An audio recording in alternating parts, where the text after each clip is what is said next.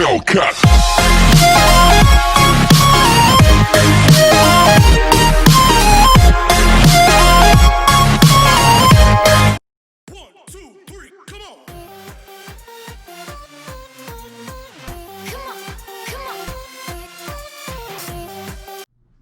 Hi everybody, this is Tom Anderson from the Tom Anderson Show with my son Grayson, and also with me his wife Lila, and her YouTube channel is Filipina, USA. And so we're going to be posting this video of El Numero Uno, son Grayson, who's 14, just turned 14 a couple months ago, heading into 9th grade. Grayson, you can explain what you're doing here. So I've got 4 different cubes here. I've got the 2x2 Rubik's Cube, the 3x3, the one you guys know probably, the 4x4 and the 5x5, each in varying levels of difficulty, as you would expect, the least and then the hardest here. I've got a couple facts, and we're gonna go through each of them, kind of explain a little bit of what I'm doing.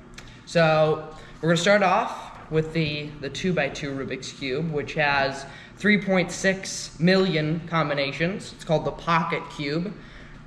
It's a manageable number, it says. If you fiddle with it approximately 8 hours a day continuously, you'll solve it by pure chance roughly 2 or 3 times per year. So that's pretty hard to do that. But if you know the way, it's pretty easy. So first thing we're doing is we're getting the bottom layer here.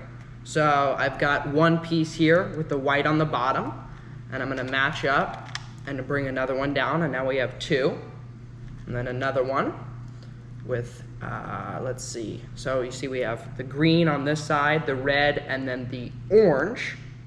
So we're gonna match up a piece with maybe the red, and now we have 3, all in the correct spot, and then the final piece we bring down, and now we have the full side also with these sides here. So now we're gonna move on to the top layer, another pretty easy step. It involves one algorithm. And an algorithm which is used on all of these, mostly on here, some on here as well, is essentially a pre-meditated set of moves that you're going to use during a specific part of the solve. So for instance, so the first thing I'm going to do here when I'm I'm matching up green with this green side and an orange with this orange side. So, and then I perform an algorithm here, and that moves them around a little bit, shifts some of them, moves some of them, and then I need to move them around in a certain way, do another algorithm, and now it's solved. So completely solved. The next one here, the original 3x3 Rubik's Cube released in the 80s, has 43 quintillion combinations. So 43 followed by 9, basically 18 zeros. That's a lot of zeros. So this one was the first one that I learned. The first thing you're going to do is match up these pieces here, the edge pieces, to form a white cross, as we call it. And I'll tell you once I've done that. So now we have this piece doesn't matter, but the white cross. And as you can see, these edges are matched up with the centers of each side. So essentially these centers never move. So that's how I know if it's, for instance, this is the blue side, because in the center there's a blue piece. This is the white side. But where it gets a little bit difficult with cubes like this is there's no centerpiece. It's an even numbered cube, so you essentially have to make the center. Same with this one here, because there's obviously no center. But this one is a little bit easier for that reason. So now I'm matching up corners. So these corners here, so I've got 2 corners in already, just by pure chance. And I'm going to get this one here. Now I have 4 corners. And then the final corner here. Now I have completely solved this side, including these rings here, this ring going completely around. Now I move on to the second layer. So we're matching up these edge pieces right here that go all the way around, and that will eventually solve it. So if I do that here, there's one edge piece in there, and then let's do another one. Whoa. 2 edge pieces in place, And then let's get the final 2. And now you can see we have a completely solved second layer. So now we move on to the final layer. This involves some algorithms. So one of the algorithms is getting this yellow cross here like we did on the bottom. So I'll do that. And now we have the yellow cross. And another algorithm is orienting these corners. And now we've done that, completely solved the top, but we have not solved these pieces here. So there's another algorithm for that. And now we've solved all of the corners. They're in the correct spots, but we still need to solve these specific pieces, the edge pieces as we call them. So in order to do this, I need to face this to the back and do an algorithm. And now this is solved. And your record is under 40 seconds, so thereabouts? About 45 For seconds. the standard Rubik's Cube. Yeah. Now we're getting into the more complicated So ones. this one right here, this is the 4x4 Rubik's Cube, also known as the Master Cube or the Rubik's Revenge.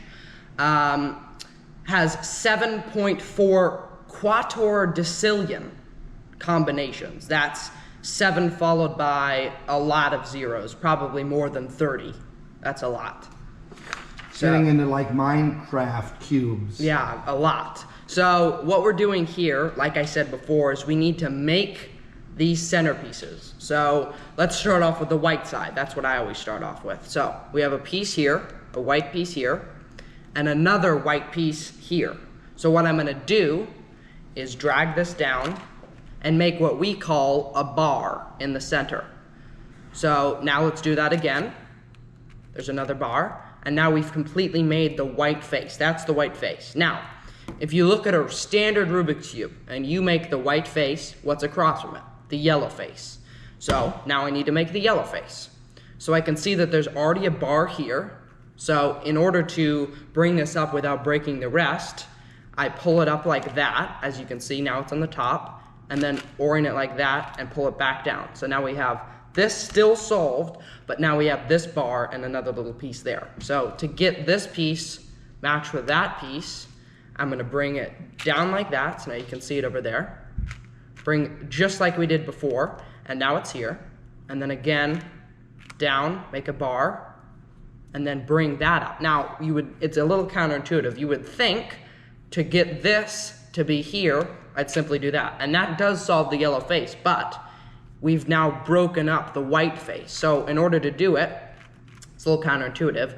You put it here, and you break up the yellow face, put it on the other, but then you bring it back. And now we have the yellow face and the white face completely solved, similar to this. So now we move on to the other side. So yellow, so this is a little bit of a memorization piece, but yellow, whenever you see the yellow face towards you, if the red face is on the top, in which it is in this scenario, red's here and yellow's here, green is always to the left, never blue. So that's kind of a memorization piece, which is a lot of this. But you just have to memorize that, because if you get that wrong, and for instance, if let's just say I do red here and I do blue here, it would be completely ruined and I couldn't physically move pieces down anymore because it wouldn't solve. So now it's time to get the blue face, because that's what I see is most solved. I see a bar here and 2 pieces already together here. So let's see, we can move this over to here and making a bar, just more of the same things, basically. Make another bar, and now, oh, that's actually solved the red face. I didn't mean to do that, but it has. We've now got 2 green bars here, which I can match up, pull down, like that. Now we have the yellow, the green, the white, and the red. And we finally just need the last 2, orange and blue. So we have a bar here of orange, a bar here of blue, and on the same opposite side, this is kind of a lucky occasion, I've got blue and orange as well. So to do this, we're doing basically the same things, bringing it up like that and pulling it back down. And now we have completely solved all of these center pieces. So now that we've done that, it's essentially like a unfinished edge 3x3. So the method that I'm using here on all of these is pretty much the standard method. So this one, I'm using just the standard method. On this, I use a method called layer by layer, which is getting the bottom layer, then the second layer, then the top layer. And on this one, I'm using the reduction. So it would be extremely hard to solve this layer by layer. Not extremely, but enough hard that it's not what we use in the field. What we do is we solve centers, then edges, edge pairs, and that gets it to be essentially a 3 by 3 because you have these pieces as the edges and these pieces here as the centers, and then you just simply solve as if it was a 3 by 3. So now I'm getting these edges here. So this is a little bit more complicated because you don't want to mess up these center pieces. So what you do is you find pairs. So an orange and a white matches also with an orange and a white. So they're across from each other. You see here and here, these are the two pieces, which is actually very lucky. I can move it down, so now they're matched, but I don't want to mess up everything else. So I have to move it out of the way and move a new piece in so that that can be messed up, and then it's solved. And that edge piece specifically. So you see now joined here and joined here. So that's an edge piece. Now I'm just doing the same thing over and over. I'm not going to bore you with explanation if I'm just doing the same thing, but I'm essentially bringing more pieces down, matching them up, and now we have another, and then let's find the green and orange. I'm seeing two oranges, and then green. We're gonna match those up. So now we do, right now I'm working on orange, blue, and orange, blue. There, and then we need a blue, yellow. There. And now we've almost solved them all. And I'll get to what happens when we're on the final one. Final 2 layers, like that. And now we only have, I'm pretty sure, 4 more, just about. There. And then in between, I'm just doing little things to orient them correctly, because without that, I wouldn't be able to solve the cube.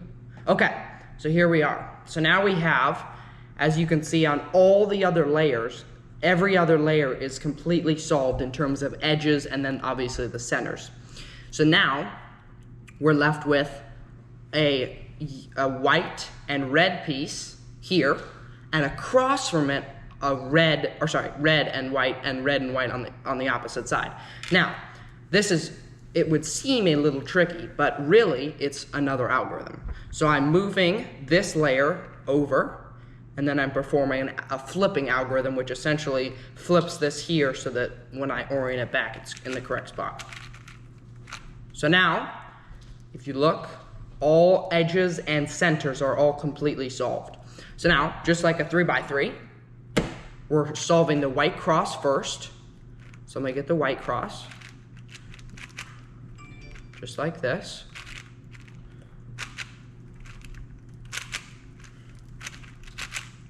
There we go. Now we have the white cross similar to the 3 by 3, and it matches throughout the edges, just like before. And now we're just doing the same thing again. Again, I won't bore you with the details here. Oh, and here's a good example. I messed up. That was my fault. See, green is always across from blue, which should be here, but I messed up. I put orange there. It's actually a simple fix, but that means I have to do something else. There, okay. So now we're just doing back again, back to solving the white cross because I messed up. Put that down there. I've kind of backtracked myself, but there, we've got the white cross again, and then we just solved like I said before. There's one corner. Move to another one. There. Another corner. Just corner by corner until we've got all the layers in.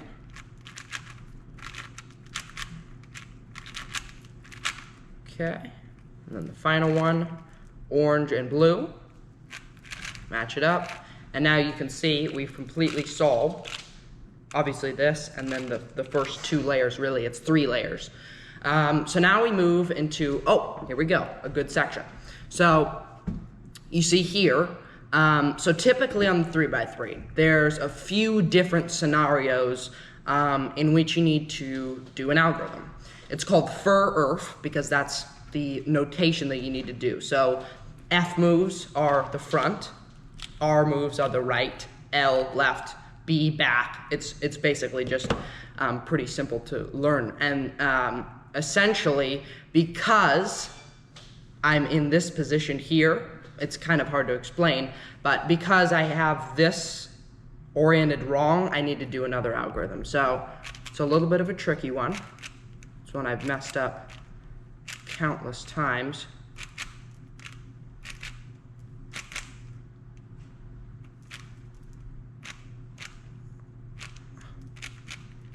But not today. So now we've oriented this, and you can see now that it's a complete bar. This isn't out of alignment. So now we do another algorithm, just like we did on the 3x3. It's actually the same algorithm because we're solving like a 3x3.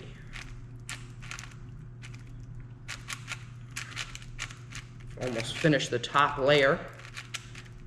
We might encounter some parity. Parity is what is known, oh, here we go, we have. So on a 3x3, you'll never encounter a situation where just 2 edges, just these 2, are misaligned, which we have in this case. Now, you would think that that simply means that this is out of alignment, needs to go here. It's actually not the case. What's happened is, it's a little bit hard to understand, but this piece has actually flipped itself and moved over. It's a little bit hard to understand, but to do that, it's another simple algorithm.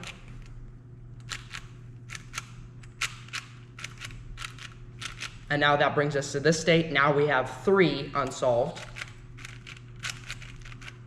There we go. And now this is completely solved. So now stack them in order. And then the other question is, how did you learn? You're smart, you're not a savant where you figured it out yourself. You did some online investigation. Yeah, so this, I had seen many people solve it. I'd been into them before. I had purchased them actually before, but I had never physically learned how to solve it. So I got online, quick tutorial. Within a week, I had memorized it all. This was fairly simple. It's basically the same algorithms, except a little bit on a lower level because it's just corners instead of, edges. There's no edges. This one was a little bit harder, but this is probably the easiest of the, if I were to have, obviously, of a 6x6, but in terms of straight memorization, I could do this very easily, even more than this. This has 4 algorithms, this only has 2.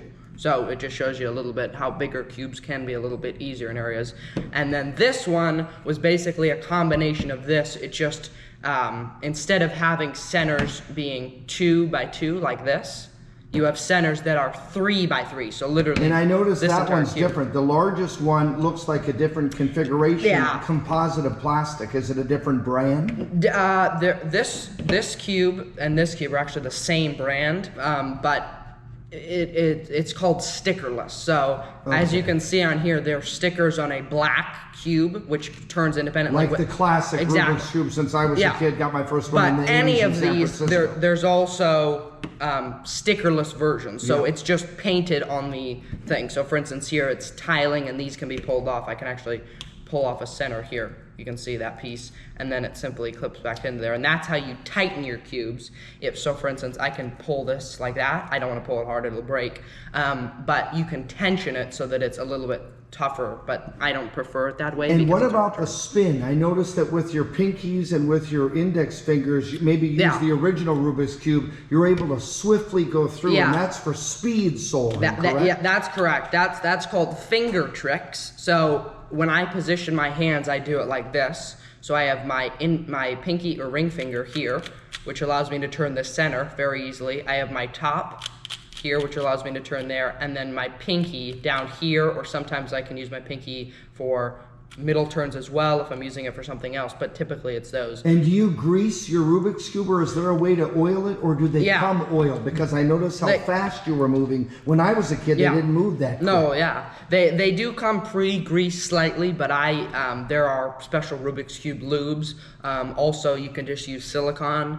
and I think WD-40 kind of works, but it's mostly meant for metals, and it can actually dissolve the plastic, so I would not recommend So using look it up online where to go, Yeah. and maybe go to Rubik's Cube online to figure out how to grease it to make it quicker. So now on this one, is Yeah. this more complicated? It's interesting that you said the standard Rubik's Cube is more difficult than the larger one in front of the camera right now. Now Yeah. the one in your hand, most of us would think more algorithms, larger, more complicated. Yeah, it's not necessarily as you move up. Basically, once you've reached a 5x5, you can essentially solve every other cube. You just need to learn a little bit more piece swapping. So for instance, swapping this piece to go here and things like that. And it takes longer because there's more moves because it's larger. This just simply obviously. takes longer. It's not necessarily harder, but it takes longer. So let's start doing this. So we're making essentially bars again. So on here we made 2-piece bars. On here we're making 3-piece bars. And what's a little bit nicer about this cube is that there's centerpieces because it's an odd. So a centerpiece here, I know I don't have to memorize that red and goes there and et cetera, et cetera. So let's do that. Let's orient. So I'm bringing down, I have a piece there and a bar there. So now we line those up, and now I have a bigger bar. And then let's make it up. Make another one here. And now we have a third bar, bring that in, and now we've completely solved the white side. It might take a little bit longer for you if you're doing this at home, but that's only because I've done this many times. So another bar here for yellow, just like the 4x4, we're solving white, then yellow, then blue, etc., etc., or however, in which order works best. So a smaller bar there, bring that piece down. Look, we've accidentally made a bar, that's always a good thing. Now, another bar here, we've matched up. And then we're gonna bring the third bar in and align it.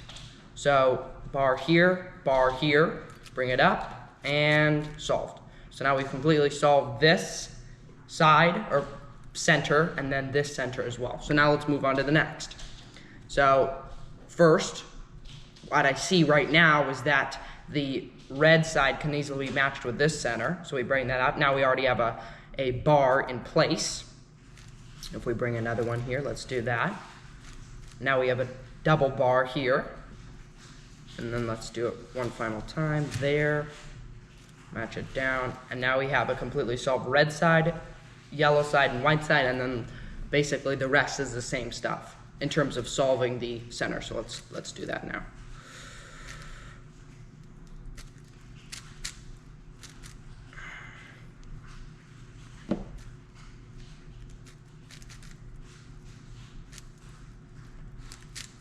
There. Okay. And the final one here. There we go. So now we move this orange bar into here for the final time. Orange, red. Now we can do this.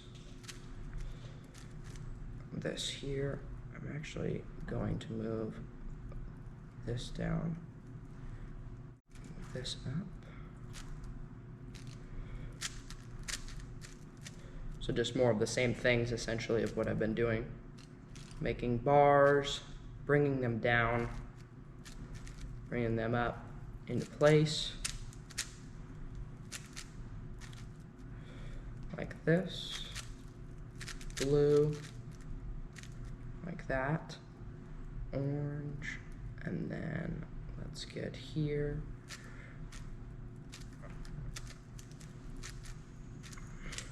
Like that. And it always stems from the center, correct? Exactly, You would never yeah. solve on a corner or a ring. You would start from the middle. Yep, that's correct. Here, like that. Now we've got red. Takes a long time just to get each one of them completely aligned, like that.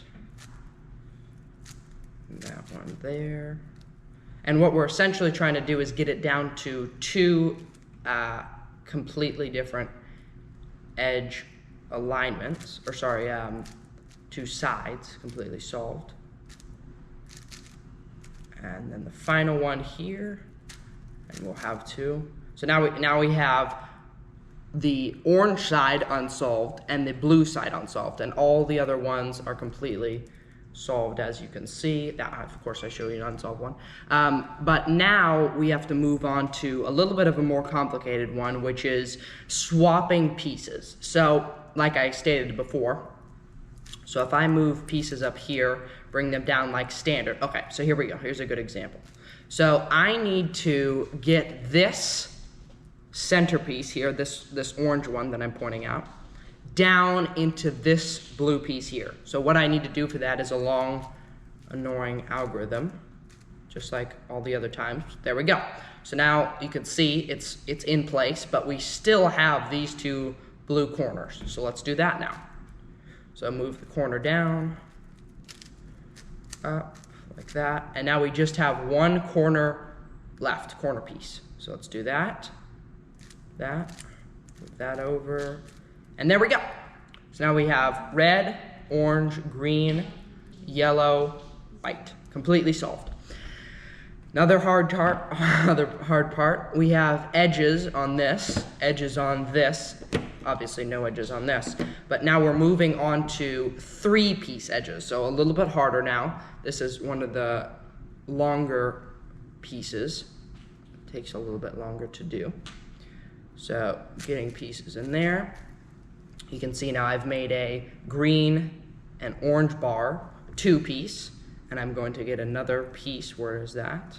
This is another part of it. You got to look around the cube to find the piece that you need to get in there. By the way, as you solved this and you learned, what YouTube channels do you recommend? Yours is not one instructional. You're giving a basic overview. Yeah. If someone was following, No. they wouldn't be able to track it. No, because You're I'm not giving a lesson. No, I would recommend the Wired. That's what I learned from, WIRED on YouTube. It's a news channel, or news-ish channel, but they have a great tutorial on it. A guy, I can't remember his name, but he does a great tutorial on it, and that's what I learned from. I believe he called it the Yao method or something similar to that, and he went to basically a Rubik's Cube professional. And you're at a 42nd level for the basic cube, but the best can solve it in a few seconds, right? Few seconds, yeah. Yeah, they're that quick to... I think the world record now is 3.5 seconds, which is pretty insane.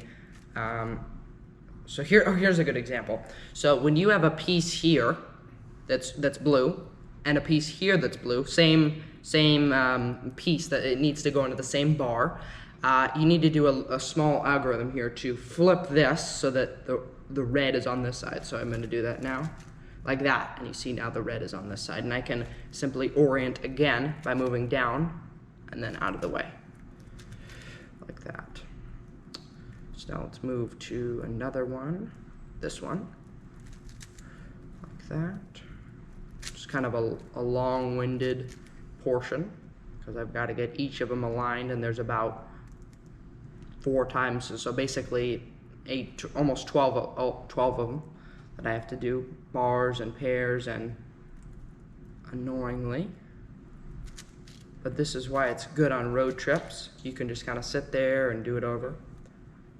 There's also shape-shifting cubes that shift shape, as you would expect. What does that mean, shape-shifting? So essentially, I mean, I think of Star Trek. Imagine if you were to have a cube like a triangle, right?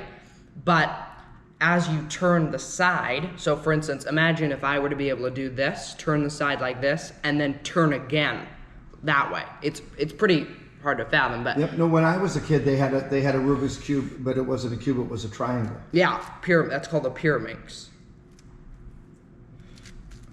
There.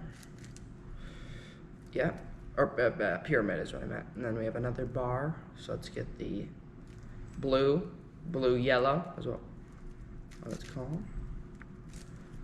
Blue, yellow edge pair. Bring that over. And at that stage, with almost all the centers solved, how far are you from finishing it? I'd say probably another minute of the So you're like edges. 85% done. Another minute of the edges, and then I got to get the down to the 3x3 stage, like we do in all the others. It's called reduction, because we're reducing it into the 3x3 stage, and then solving from there as if it were a 3x3. So that's why it's a little bit easier than even layered, because you have to get the centers and you don't really know if that's the correct orientation, so it's kind of a pain.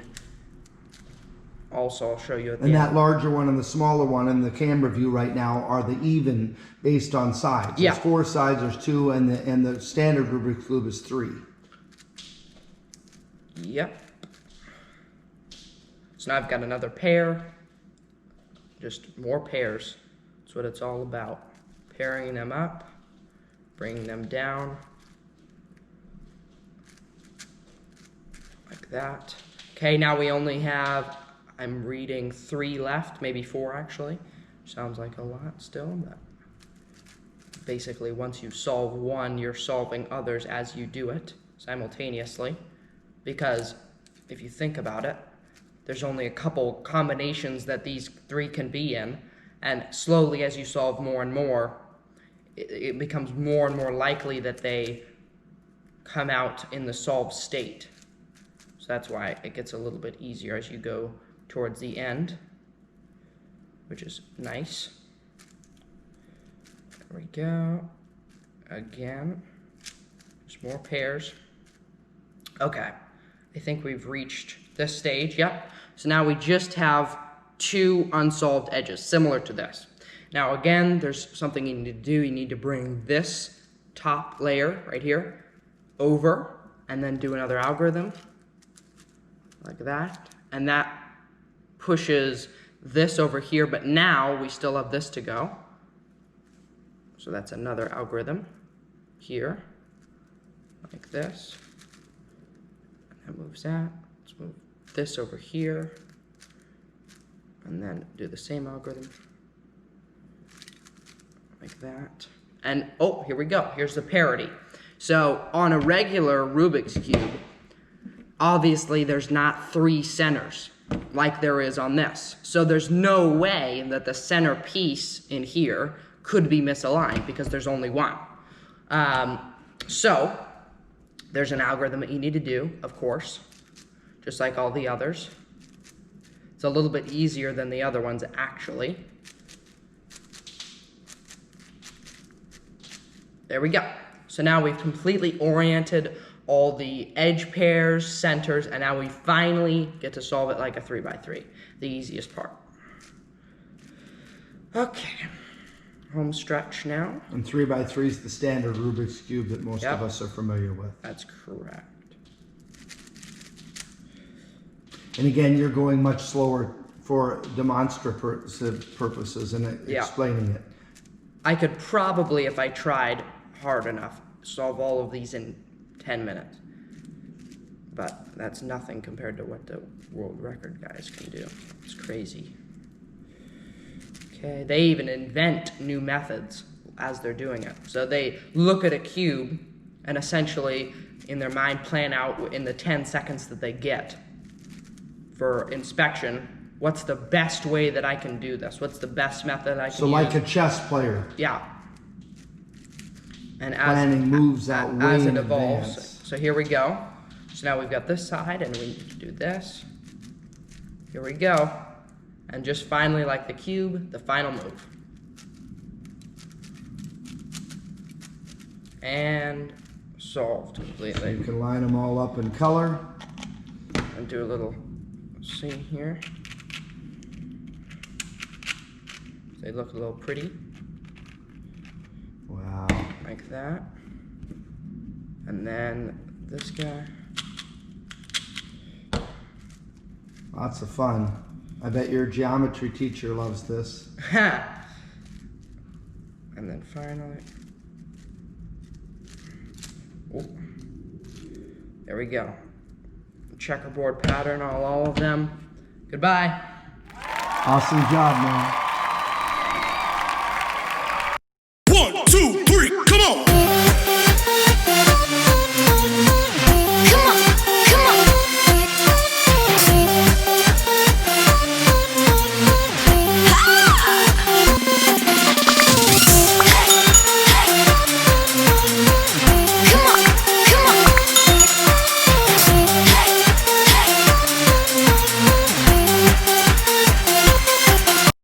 1, 2, 3, come on!